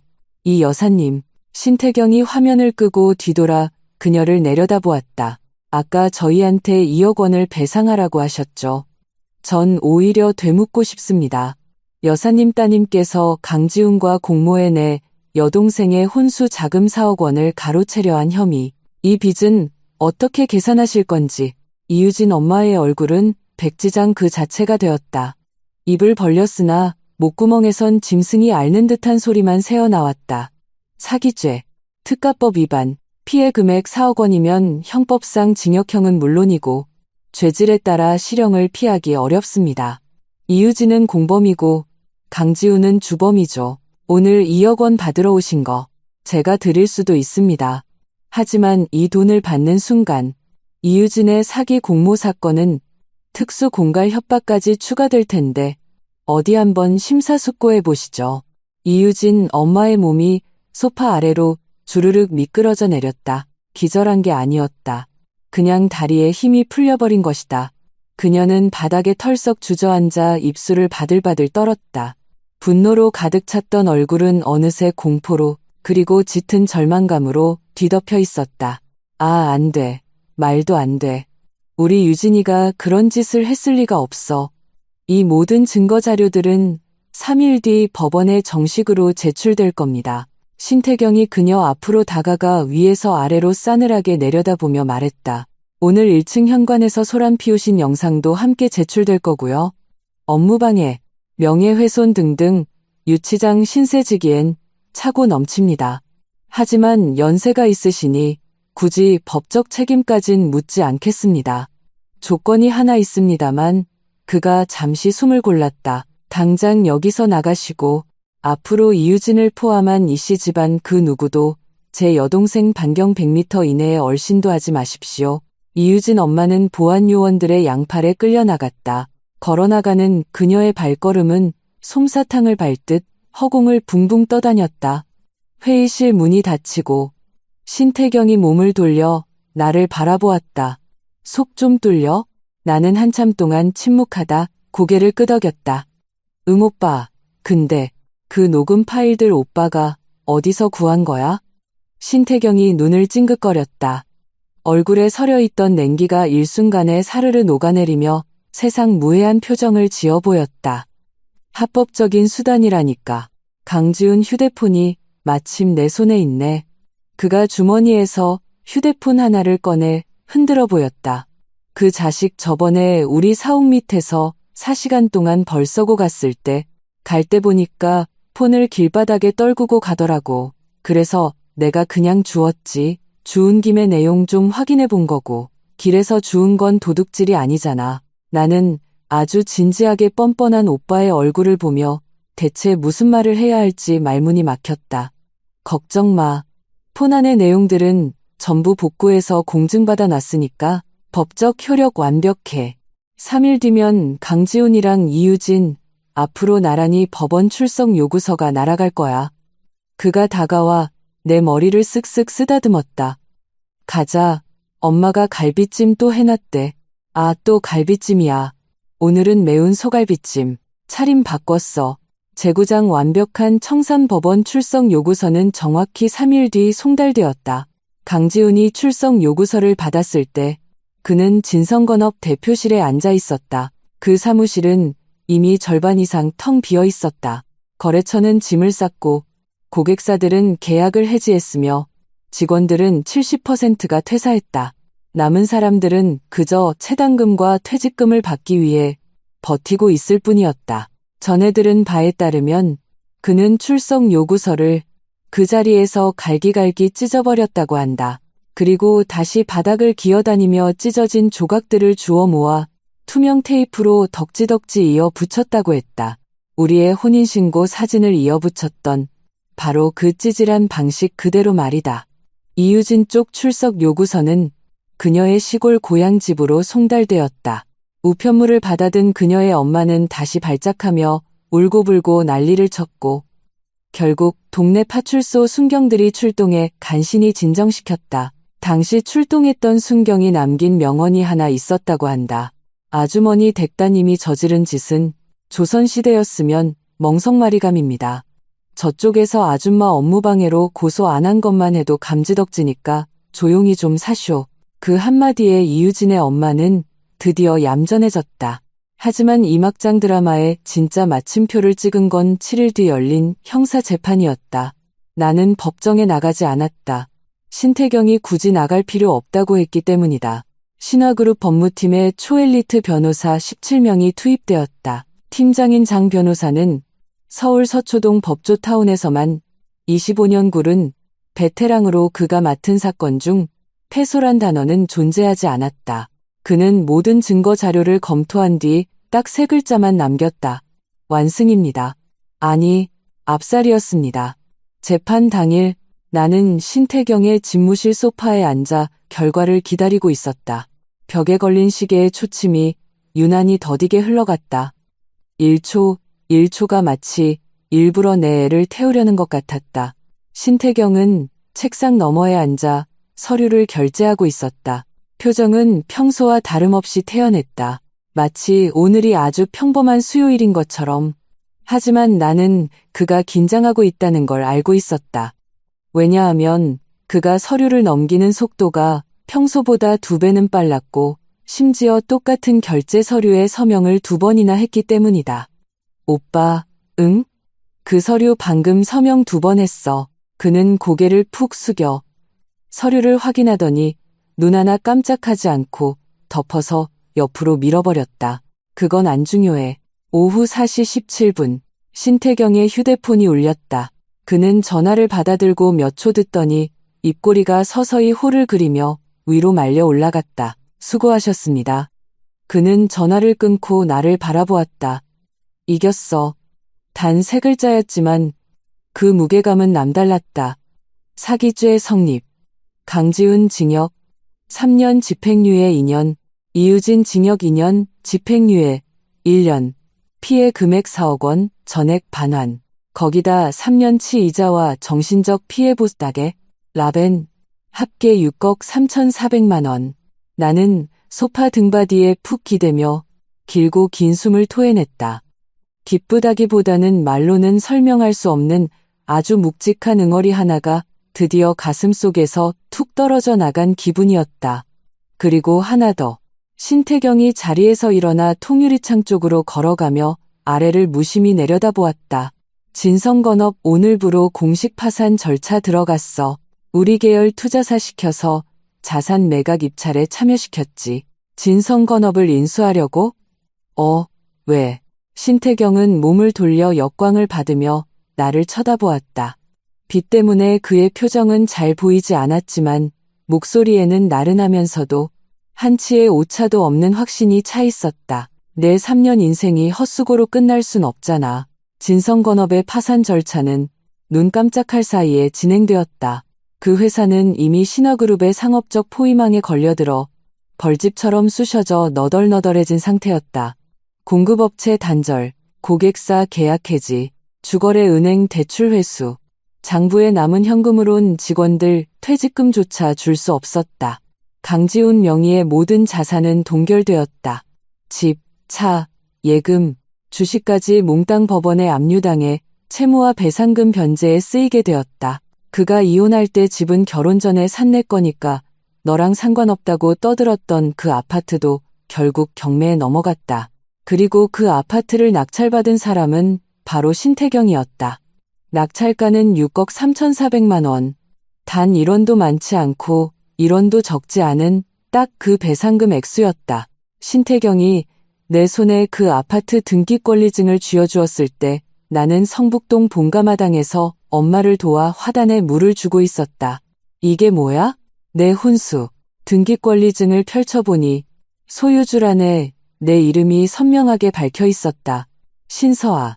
그렇게 나를 문전박대하고 가정부처럼 3년을 살게 했던 그 집이 이제 완벽하게 온전한 내 소유가 된 것이다. 서아야, 울지마. 신태경이 한 걸음 물러서서 주머니에 손을 찔러 넣고 짐짓 질색하는 표정을 지었다. 너 우는 거 꼴 보기 싫단 말이야. 안 울어. 그냥 눈에 먼지가 좀 들어간 거야. 이 집 어떻게 할 건지 내 맘대로 해. 싹 밀어버리고 다시 짓든, 전면 내부 공사를 하든, 아니면 냅다 팔아버리든, 내 맘대로. 나는 3일을 고민했다. 나흘째 되던 날, 나는 내부 공사업체를 불렀다. 그 집을 뼛속까지 다 뜯어내버렸다. 벽지를 뜯고 마루를 다 뜯어내고 주방 싱크대 상하부장까지 죄다 박살을 냈다. 내가 손수 골랐던 타일, 내가 골랐던 커튼, 내가 수백 번도 더 닦았던 가스레인지까지 전부 거대한 산업 폐기물 더미로 변해버렸다. 공사 반장님이 이 쓰레기들 어떻게 처리할지 묻기에 나는 이렇게 대답했다. 트럭에 실어서 최대한 멀리 눈에 안 띄게 버려주세요. 아파트 내부를 새로 싹 뜯어 고치던 2달 동안 강지훈이 딱 한 번 나를 찾아온 적이 있었다. 집행유예 기간이라 서울을 벗어날 수 없었고 매주 관할 경찰서에 가서 보호관찰 보고를 해야 하는 처지였다. 그는 뼈만 앙상하게 남은 해골 같았다. 정장 대신 다 늘어난 후줄근한 점퍼를 걸치고 있었고 머리는 빡빡 밀려 있었다. 전체적으로 한 10년은 폭삭 늙어 보였다. 그는 내 쪽으로 다가오지 않았다. 그저 도로 건너편에 서서 나를 멀찍이 바라보고만 있었다. 나는 공사가 한창인 아파트동 입구에 서서 현장 소장님과 수도배관 도면을 확인하던 중이었다. 시선이 느껴져 고개를 들어보니 그의 눈과 마주쳤다. 왕복 4차선 도로를 사이에 두고 그의 입술이 달싹이는 게 보였다. 거리가 멀어 소리는 들리지 않았지만 입모양으로 그가 3글자를 말하고 있다는 걸 알 수 있었다. 미안해. 나는 그를 3초 동안 쳐다본 뒤 시선을 거두고 다시 현장 소장님과 도면 이야기에 집중했다. 다시 고개를 들었을 때 도로 건너편에는 아무도 없었다. 나중에 전해 들은 바로는 강지훈은 결국 서울을 떠나 남쪽 지방의 작은 중소도시로 내려갔다고 했다. 그의 아버지 강만수는 이 일로 충격을 받아 뇌출혈로 쓰러졌고 2달 동안 병원 신세를 졌다. 퇴원 후 그는 완전히 기가 꺾여 다시는 주변 사람들에게 사장님 아들 자랑을 입 밖에도 꺼내지 못했다고 한다. 이유진 쪽은 더 비참했다. 집행유예 기간 중 고향으로 내려갔지만 그녀의 화려한 전적은 이미 온 동네방네 파다하게 퍼져 있었다. 그녀의 엄마가 신화사옥 로비에서 소란을 피우던 영상은 지역 주민 단톡방에까지 돌아다녔다. 동네 사람들은 모두 알게 되었다. 그 집 딸년이 서울 가서 유부남 꼬셔서 상간여짓 하다가 본처 돈까지 사기치려다 징역 살 뻔했다는 사실을. 그녀의 집은 작은 슈퍼를 하고 있었는데 누군가 슈퍼 간판 사진을 찍어 지역 주부 게시판에 올렸고 저기가 그 상간녀 집구석 슈퍼라며 불매하자는 댓글이 폭주했다. 결국 슈퍼는 한 달도 채 버티지 못하고 문문을 닫았다. 그 후 이유진이 어디로 갔는지는 아무도 모른다. 알 필요도 없다.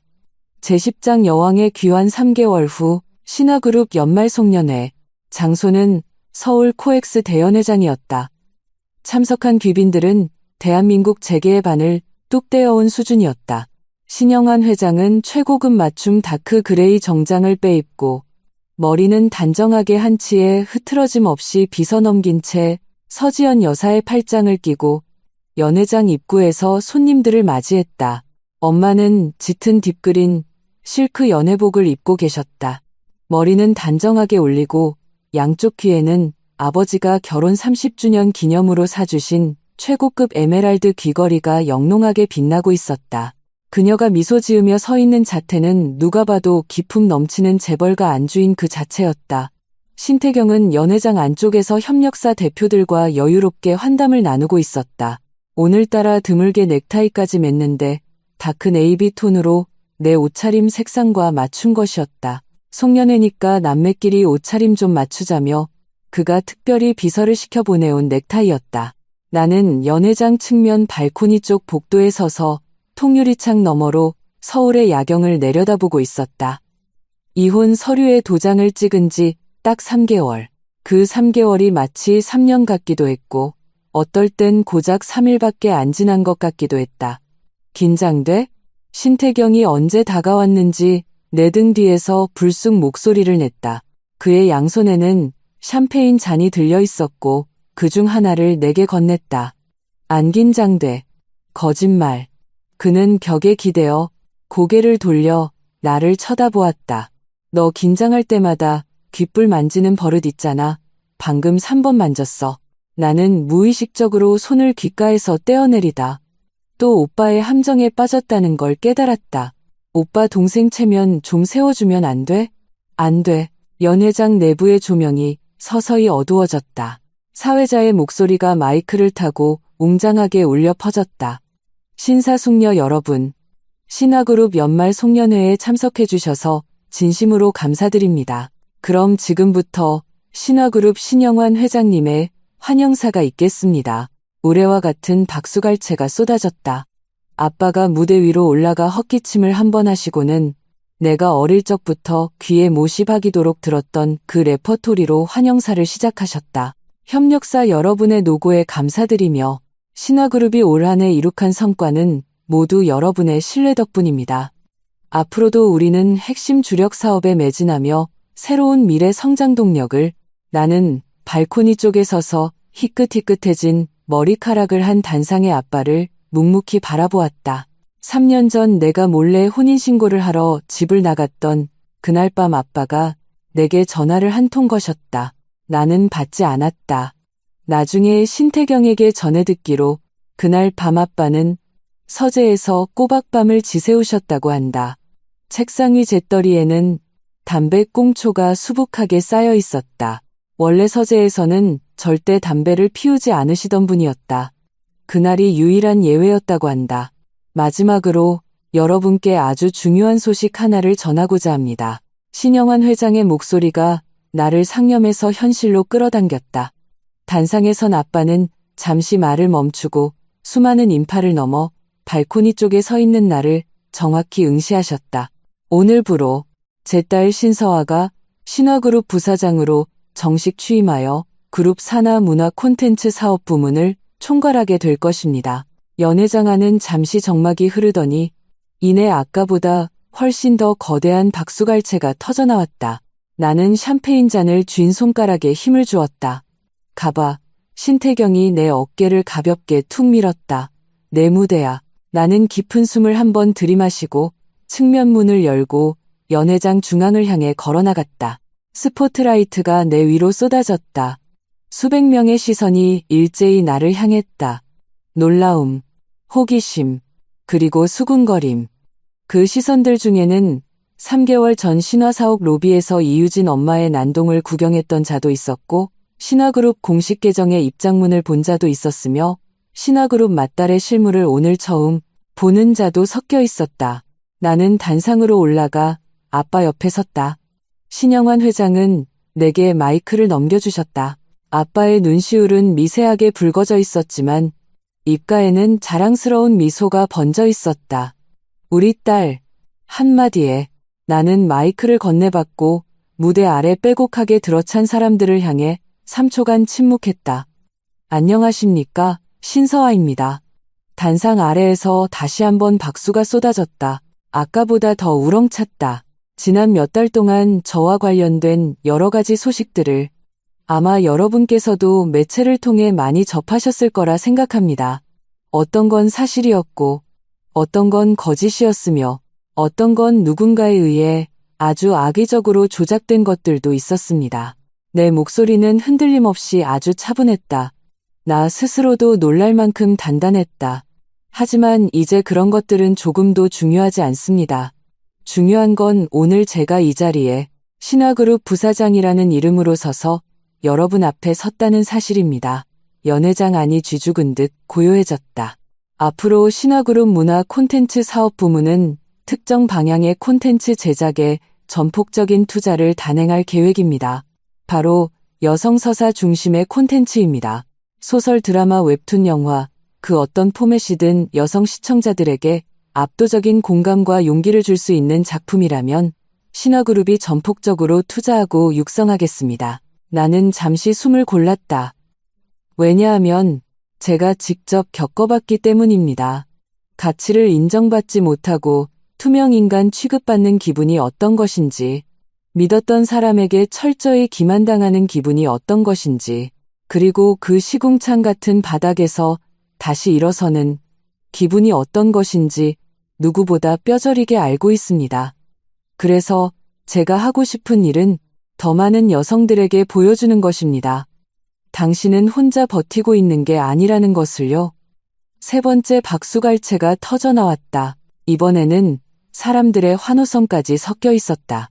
수많은 인파 속에서 나는 엄마가 양손으로 입을 틀어막은 채 아빠의 어깨에 기대어 미세하게 어깨를 떨며 우시는 모습을 보았다. 그리고 저 멀리 구석에서 신태경이 샴페인 잔을 든 채 나를 향해 씩 웃으며 잔을 들어 올리는 모습도 보았다. 그의 입가에는 그 특유의 나른하고 여유로운 미소가 걸려 있었다. 나는 오빠를 향해 가볍게 고개를 끄덕이고 준비된 취임사를 계속 이어갔다. 송년회 일부 행사가 끝나고 나는 연회장 박테라스에 서서 찬바람을 쐬고 있었다. 초겨울의 밤바람은 살갗을 파고들듯 매서웠지만 머릿속을 아주 맑게 비워주었다. 서울의 밤하늘엔 별빛이 거의 보이지 않았다. 대신 도심을 수놓은 수백만 개의 불빛들이 마치 땅에 깔린 또 다른 은하수처럼 눈부시게 빛나고 있었다. 부사장님, 등 뒤에서 중후한 남자의 목소리가 들렸다. 돌아보니 다크 네이비 정장을 입은 중년 남자가 샴페인 2잔을 들고 다가오고 있었다. 인사드리겠습니다.